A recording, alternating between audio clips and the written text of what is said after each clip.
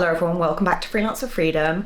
Very excited for today's episode because today I'm going to be talking about red carpet makeup do's and don'ts. I'm going to do a little get ready with me kind of while we chat, and I'll talk through some of my favorite products. I know that the first time you are booking a celebrity or you're doing anything for red carpet, it can feel very overwhelming because generally speaking, it's a very different setup. There's a lot of different things to take into consideration. So I hope this will be helpful. Get comfortable, get a cup of tea.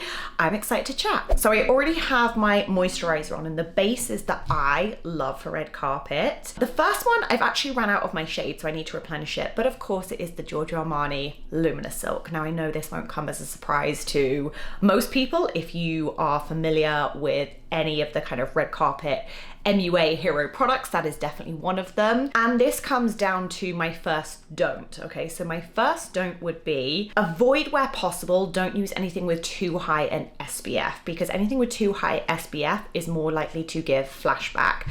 Flashback is when the paparazzi cameras, when someone is on the red carpet, there's no retouching. So everything is going to be shot real time. You can have all different kinds of lighting that you won't be able to control. The biggest issue is anything with SPF creates flashback. So usually what happens, the camera flash hits the skin, and usually what happens wherever there's foundation with a high SPF, generally speaking, you'll find the face will go much more lighter than the rest of the body, or at least look a different shade. So often what happens is the face looks incredibly bleached out, and that's what we call flashback. To start with, because I don't have my Armani foundation today, I think the one I'm going to use is Lisa Eldridge. Now, I love the Lisa Eldridge foundation. This is one of my new favorite like red carpet ones. Again, no SPF. Other ones I love, Pat McGrath Labs, Skin Fetish Sublime Perfection. Love that one. The other one I really love for red carpet bases is the NARS, what is it called again? The Longwear, the light reflecting foundation. This one I really like too. Another one, if someone has really dry skin, it is a little bit more on the sheeny side, is the Tom Ford foundation stick. I think this is such a good product. I have a feeling they're discontinuing it, so I'm going to be doing my best to get as many on backstock as I can. Okay, so I have a little bit of the Lisa Eldridge foundation. I think I'm using shade 9. You can always tell the difference between products that have been made by professional makeup artists from the lens of even things them being like ergonomic in terms of how you hold them and making sure they don't roll off of a table. It's those little details that make something such a no-brainer when you're a professional makeup artist. Another don't I would say when you're doing red carpet makeup is you want to make sure you're not applying too much makeup too soon. So I would always say it's better to apply in thin, small layers, use small amounts, and then just add coverage where you need it, because while you will need more coverage than you think, I will say that's very much true for red carpet makeup, you still want the skin to look like skin. Now, the other thing that is important to realize, and this is a good example right now, I think hopefully it's picking up on the monitor, is the camera loves red. So you'll see where there's a bit of redness around my nose. The other thing you want to think about when you're doing makeup for red carpet is don't forget the areas that maybe you would bypass when you're doing someone for like everyday makeup. So for example, nostrils. Yes, you heard me right. You may have to put a little bit of foundation, kind of like getting up into the nostrils a little bit. So if the camera shot ever goes up, you're not seeing any redness around the nose. Same is true for kind of the eyes. Again, I'm using very little product on the brush because I don't want to make too much movement, any kind of slip on the eyes. If the person has their décolleté exposed, you want to make sure everything that is visible to the camera or even the naked eye is covered, has coverage, and everything looks even. I'm not going to do my makeup right now because I'm not going on the red carpet, but if I was, I would just make sure I take this down. I would put makeup on the ears when I do people for red carpet. I often even put makeup on the backs of people's hands because again, when someone is taking a photo for the red carpet, you might find they put their hand up to their face, and if it looks completely different from the rest of their body, that's something you want to be aware of. A good way to check as well when you're doing someone for the red carpet if everything is looking seamless is have them turn their head to put their chin on their neck, because then you'll be able to see from a side profile if everything is looking very put together and there's a kind of feel of unison. So that is one of my top tips when it comes to making sure everything looks great. So I always do like an eye base as well when I'm doing red carpet. I like lots of thin little layers.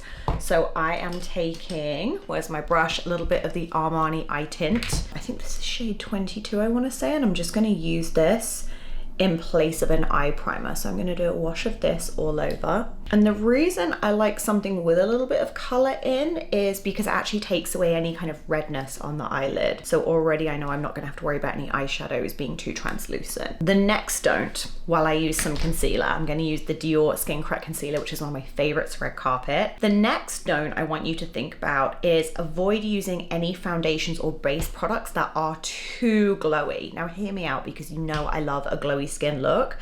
But when it comes to doing red carpet makeup, more likely than not, they're going to have so many lights on them that it's actually going to make them look way more dewy than what they would look normally. So again, if I was doing someone for real life, I love creams. I use a lot of creams. I do use a little bit of cream for red carpet, but I tend to go more for powders because A, they're more long lasting and I can control the shine. Generally speaking, when you're doing red carpet makeup, you want to avoid anything, again, unless the person has very, very dry skin, anything that's too dewy, too sheeny. You definitely don't want anything kind of like metallics in there. In regards to the base, it's actually better to add sheen where you want it because you can have a lot more control over the final look versus trying to do it all in one go with the base and then feeling like, okay, I'm now having to matte so much just to make it look good for the red carpet. So I think this is a big misconception that a lot of celebrity makeup artists don't talk about enough, is that the kind of finish I go for when it comes to red carpet, I would say, is more satin. Like, I'm looking for more satin. I don't like completely flat matte, but I do like something satin, which is why those foundations I've showed you, especially talking about the Armani Luminous Silk. It's called Luminous Silk, but I think it's more satin. That's how I would describe it. So I just used a bit of the Dior concealer. Again, Dior concealer and concealers in general, when I'm doing red carpet, I use it to tidy. So you can see how I just kind of sculpted on the outer corner of the eye. Haven't decided what I'm doing yet today because I want this to be about the do's and don'ts primarily, but I just figured you get to see some of my favorite red carpet makeup pieces as well. I do love a cream base shadow to start off my eye because that's going to give grip to anything that comes after it. So I love the Juvia's Place eyeshadows. These powders are so pigmented. I love the Chanel palettes. There's so many brands that I love to use. One thing I'm going to use today is actually from Bodyography. So I mentioned earlier about like not having the skin be too shimmery. This is where I like to decide how I'm going to play up shimmer where I want it. So this product is called Caviar. I'm going to do it with my finger, so it's going to look a little bit messy, but I'm just going to pop this over the top. So like I said, that shade I put underneath now is literally just acting like almost like a glue, even though it's not sticky in any way. It's just going to give more longevity. So I'm going to pop that over. We're going to blend as we go. So I'm going back to that first brush I had, and then I'm going to go back to the brush just to get it where I want it over the eye, and then use my finger to add more intensity. So I'm going to go for quite a sort of smoky, but more top smoky than bottom smoky. Now, often when I'm doing looks like this on a client, I'll actually do the concealer last. I like to do the base first so I can see if it's going to oxidize. Oxidizing is when the foundation or a cream product actually goes kind of darker or deeper in tone once it makes contact with the skin, which does happen with some brands and some products. So it's great to have an idea of that before you're sending the client off on the red carpet. Okay, so now we have this really nice kind of smoky hue. Still blending. I actually like to take a brush that doesn't have any product on, or maybe I just blended the concealer with but didn't apply the concealer, just to make sure everything is looking soft around the concealer. So a few other things I want to mention that are do's and don'ts in regards to just working with celebrities in general that hopefully you'll find helpful. One thing I want you to consider is that you don't need them to be your friend. Now, what I mean by this, of course, you want to be polite, you want to be courteous, but I think a lot of people make this mistake when they're working with celebrities of feeling like, I need them to like me. No, you need them to like your work. That's the most important thing. Again, the difference between getting brought back or booked again is to do your job really well. So try to focus more on your skill set, on making sure that you're listening to the client and you're incredibly accommodating in terms of if there are products they like to use, if there's any brands they're affiliated with that maybe you have to use when you work with them. These are all things you want to consider versus trying to people please, trying to make them like you from a lens that you need to be their best friend, okay? So I think that advice is really important because you can get booked with someone again and again and be professional and do your job really well. Of course, sometimes friendships do naturally occur, but don't go in with the belief you need them to become your best friend in order for you to get booked again or in order for you to do a good job. Again, the emphasis should be on what you are doing and your artistry. I'm just gonna add one more of the Bodyography pigments. These are so beautiful for red carpet when you want to have like a very satiny base but play up the eyes. This shade is Halo. Can we have a moment to appreciate how pretty this is? And I'm just gonna pop this in the center.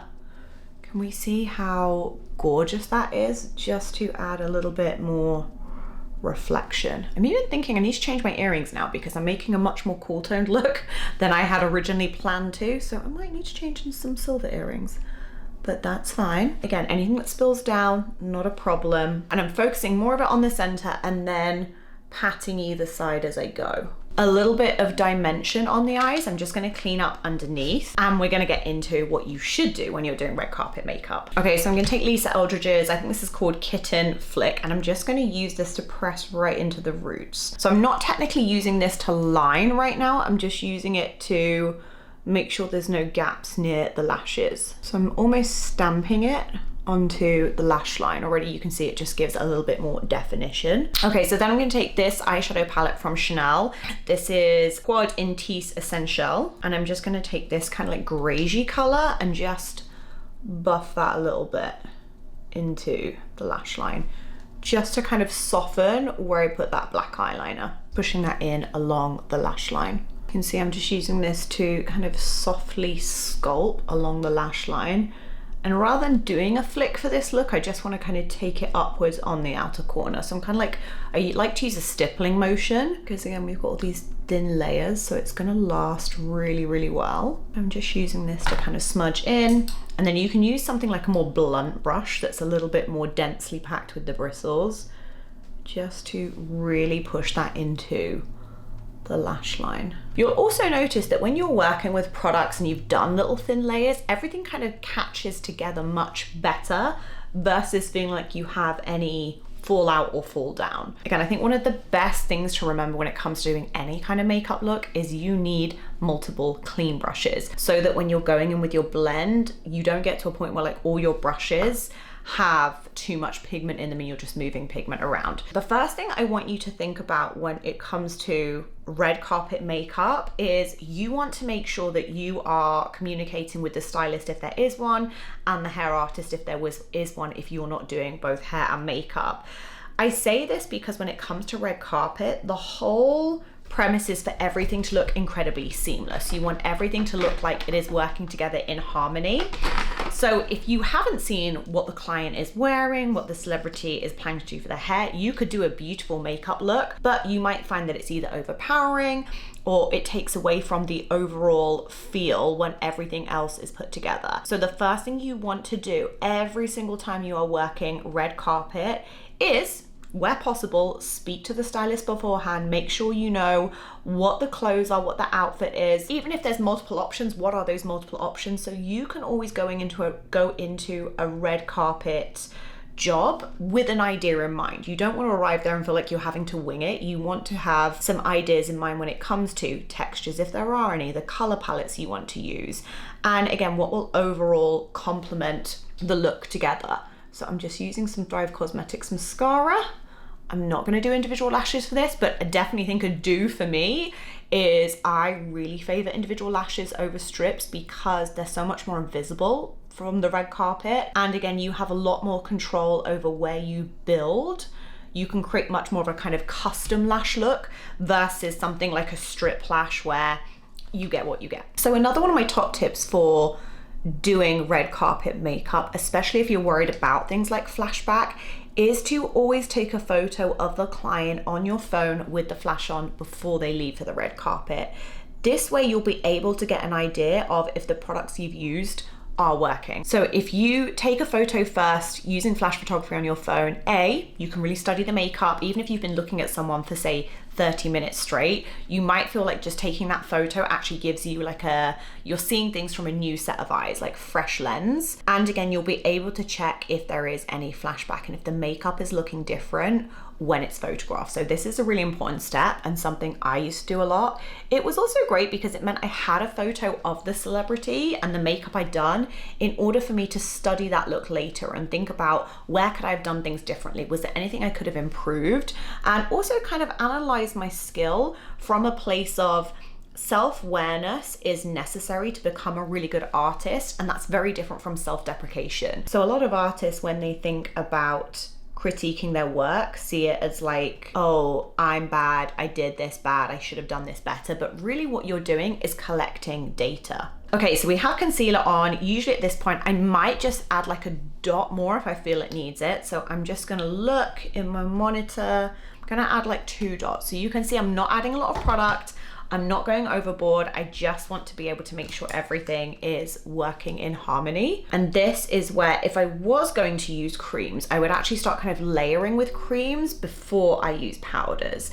Now, again, for me, when it comes to red carpet, it really depends on how long an artist is going to be unable to have a touch up. So let's say they're doing something like the Vanity Fair Awards around the Oscars and they're going to have to go to several after parties after one awards.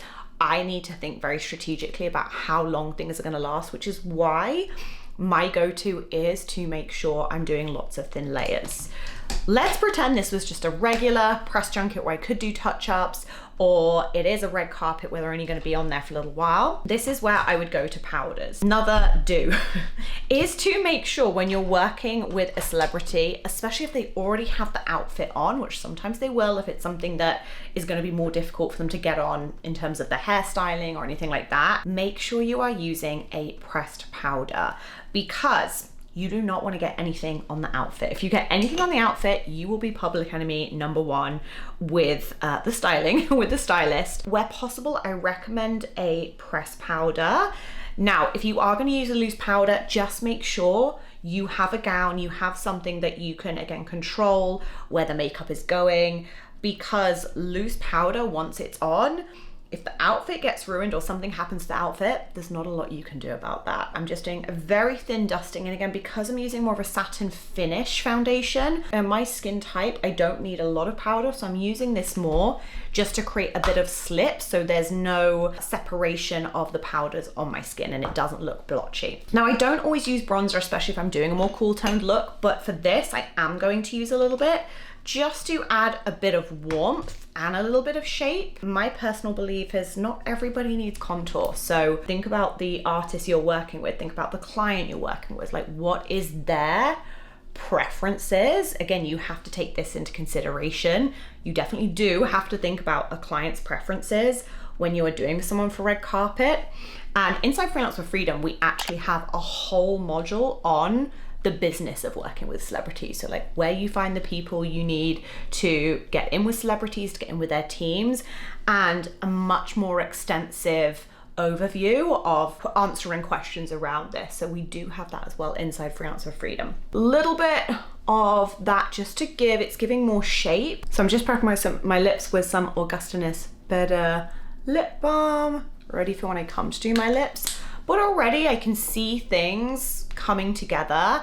And again, I think when you are working with someone for red carpet, you just want to be stopping, taking like 10 steps back so you can see it from afar as well as super close up. Again, other do's you want to consider when you're working with celebrities is do a teeth check. Do they have any food in their teeth? These are little things that do make a difference. So you're not seeing something on the red carpet and being like, oh my gosh, I should have checked that. So because this is more of a neutral look, I'm going to go with quite a sort of cool tone neutral blush. Pink would look really nice with this as well. I just want it to read very soft. Okay, so now I'm gonna take Nude Kate from Charlotte Tilbury and I'm just gonna blot this on to kind of downplay the fact my lips are quite pinky. Blot with my finger again. I like to blot product in, and this one has a little bit more of a sheen. Okay, I'm gonna take Lisa Eldridge lip liner in Petal. And then for me, another thing I like to do for red carpet is just really soften lip pencils with my finger. So one of my favorite tricks to do for red carpet is I don't actually always do the lip pencil all the way around on the bottom lip.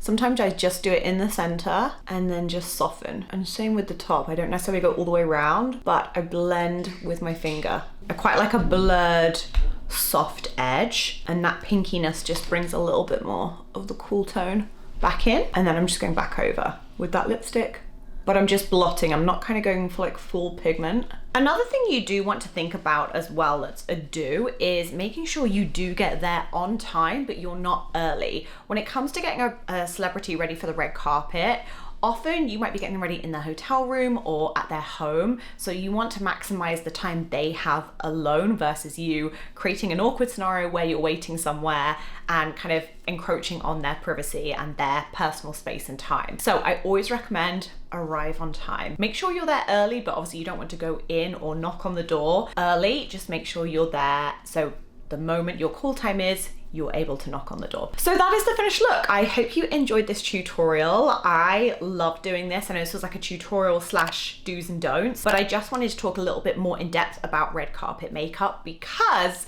we have an incredible free training coming very soon. It's gonna be a live free training which you can register for.